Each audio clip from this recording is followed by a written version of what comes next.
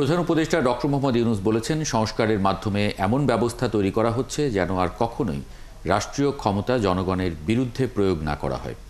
তিনি জানান, অন্তর্ভুক্তিমূলক নির্বাচন ব্যবস্থা নিশ্চিতে কাজ করছে ঐক্যমত্য কমিশন। মঙ্গলবার জাতিসংঘ আয়োজিত জুলাই অভ্যুত্থান স্মরণ অনুষ্ঠানে তিনি এসব কথা বলেন।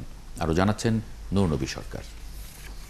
হুমা খানকে অনুরোধ জানাচ্ছি। জাতিসংঘের ফ্যাক্ট ফাইন্ডিং মিশন আয়োজিত জুলাই অভ্যুত্থান স্মরণ অনুষ্ঠান, এতে কূটনীতিক, নাগরিক সমাজ সহ বিভিন্ন দলের নেতারা যোগ দেন।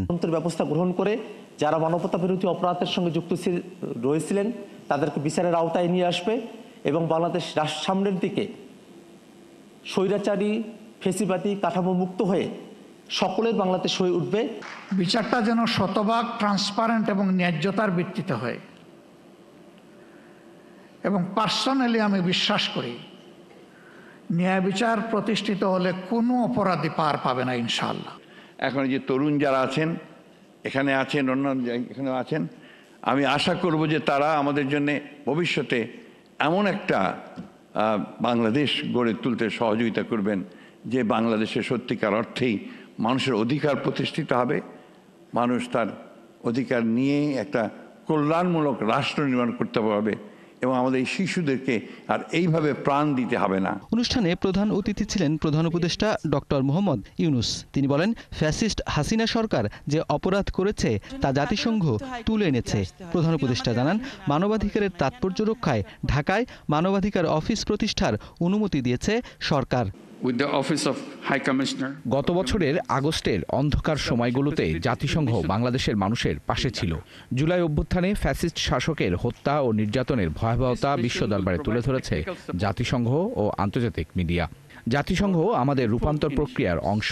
মানবাধিকার তাৎপর্য রক্ষায় ঢাকায় জাতিসংঘের মানবাধিকার অফিস প্রতিষ্ঠায় অনুমতি দিয়েছে সরকার।